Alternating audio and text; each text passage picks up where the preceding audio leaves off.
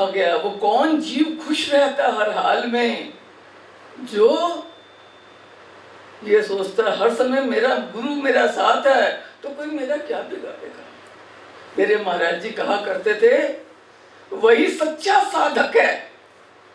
तब हम छोटे बच्चे थे तो समझते नहीं थे। सच्चा साधक वो है जिसको रोज अपमान हो और वो सदा मुस्कुराता रहे। रोज अपमान और मुस्कुराता रहे। भाई अपमान तुम किसका करोगे? शरीर का ही ना। तुम्हें अक्ल नहीं है, तुम मूर्ख हो। जो कुछ घटिया बातें, तुम पागल हो, लालची हो, तो ये शरीर को ही तो कहेगा, आत्मा को तो नहीं कह सकता। और हम तो आत्मा। तो जब आप अपने आप को आत्मा मान लोगे तो संसार की बातों का फील होना बंद हो जाएगा। और इतना ही नहीं, फिर गुरु का ज्ञान सामने आएगा कि जो कुछ कह रहा है क्या गलत कह रहा है। भगवत प्राप्ति से पहले तो सारे दोष हैं। जब तक भगवान की प्राप्ति नहीं होती तब तक हम लोभी भी हैं, क्रोधी भी हैं, मोही भी हैं, ईर्ष्यालु भी हैं। और किसी के नाक पे गुस्सा रखा है, उसने एक बात बर्दाश्त नहीं होती, वो फट शोर मचा देता है। एक 4 बातें सुन के शोर मचाता है, एक 10 बातें सुन के शोर मचाता है, और एक मुस्कुराता ही रहता है। भाई इनकी बुद्धि इतनी, अब इनको क्या समझाएं। जैसे कोई सड़क पे पागल होता है ना, पागल बेचारा खड़े खड़े गालियां देता रहता है, ये कहता है चोर है, ये है, वो है, सब। तो जो रास्ते आता जाता निकलता है ना, वो कोई उसकी बात का बुरा नहीं मानता। अगर कोई बुरा मान ले तो दुनिया क्या कहती है, भाई वो तो बेचारा पागल है, उसको तो भगवान ने दिमाग नहीं दिया। तू भी पागल है। जो पागल की बात का बुरा मान रहा है वो तो पागल है ही बेचारा। पागल की बात को बुरा मानने वाला भी पागल होता है। ऐसे ही जो तमोगुण में आ जाए, ध्यान दीजिएगा, जो तमोगुण में आ जाए उसको पागल कहते हैं। क्रोध की अग्नि में पागल, क्रोध तामसी चीज है। आ गया गुस्सा, आजकल तो गुस्सा नाक पे रखा है,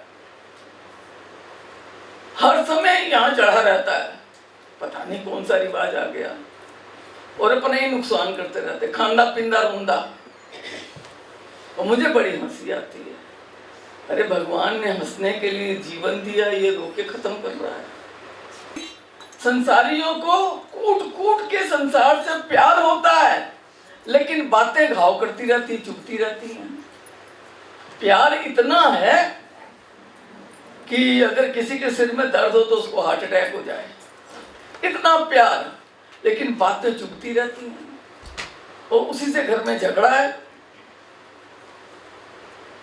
तो महाराज जी के पास एक भक्त आया, तो किसी ने महाराज जी से कहा, महाराज जी मेरी बहू ऐसी है, मेरा बेटा ऐसा है। तो महाराज जी ने कहा, अरे भाई ये संसारियों से तुम क्या उम्मीद करती हो? इनसे तुम उम्मीद ही क्यों करते हो कि ये तुम्हारी जय जयकार करेंगे? ना ना, जितना जितना ये संसारी तुम्हारा अपमान करेंगे ना, उतना ही तुम्हारी ममता इनसे कम होगी और गुरु के चरणों में प्यार बढ़ेगा। हाय कोई किसी दा नहीं, हाय कोई किसी दा नहीं। जब ये ठोकर मारेंगे ना, तभी इनसे ममता कम होगी, और तभी तुम्हें भगवान याद आएगा बैठ के।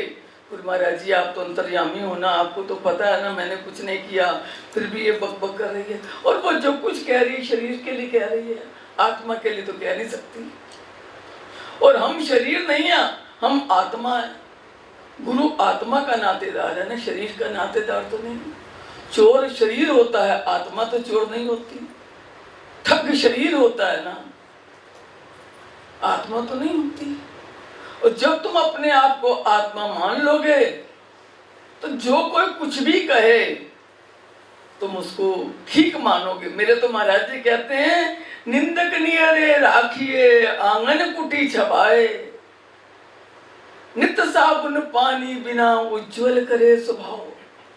कि निंदक को तो अपने घर में कुटी बिछा के रखो कि वो बिना पैसे के बिना साबुन के तुम्हारी मैल धो रहा है। निंदक नियरे राखिए आंगन कुटी छपाए, नित्य, कभी कभी नहीं, नित्य साबुन बिना। तो वो क्या करेगा? तुम्हारी कमियां बताएगा और वो क्रोध में बोलेगा, हे प्रभु अब तक मुझे भगवत प्राप्ति क्यों नहीं हो रही, क्या कमी है? ये संसारी तो चापलूस है, ये तो बताते नहीं। यही अच्छा है जो निंदक मेरे घर में है। कोई भी रिश्तेदार बन के, मेरा बेटा बन के, बहू बन के, सास बन के, नंद बन के, पति बन के, जो XYZ, बीबी बन के, यही अच्छे हैं जो मेरी गलतियां बता के मेरे सुधार कर रहे हैं। उनको मेरे सुधार का चिंता हो गई, मेरे कल्याण की। और मेरे मालिक इतना ही नहीं, तू इसके हृदय में बैठ के बुलवा रहा, तभी तो वो मुझे गालियां देती है। तू इसके हृदय में बैठ के बुलवा रहा है कि देख ये तेरी कमी बता रही है, अब तो तू अपना सुधार कर ले। और भगवत प्राप्ति से पहले सब में सब कमियां हैं। बस साधना करते करते पहले हमारे पास 15 आने गड़बड़ी थी, 16 आने गड़बड़ी थी, इतना सा नुकसान हो जाता तो हम सारा दिन पागल रहते थे। सुनो ध्यान से, इतना सा नुकसान हो पर सारा दिन पागल रहते थे। अब साधना करते करते अब 10 पैसे के नुकसान में गुस्सा नहीं आता, अब 4 आना नुकसान हो जाए तो गुस्सा आता है, यानी मैं थोड़ा आगे बढ़ गया। और साधना करते रहे, अब पहले 10 पैसे पे गुस्सा आता था, अब 4 आने पे आ रहा है। अब साधना करते करते अब ये अवस्था आ गई कि अब 8 आने पर गुस्सा आता है। इतना हम आगे बढ़ गए ना। जैसे आप यहाँ से कालका से अंबाला जाओ और आगे जाओ, दिल्ली तक जाओ, तो माइलस्टोन आते हैं, पत्थर लगे होते हैं ना, कि कालका से चले तो पिंजौर पहुँचे, पंचकुला पहुँचे, हीरापुर, ये वो करते करते डेराबस्सी, लाडलू, अंबाला आए।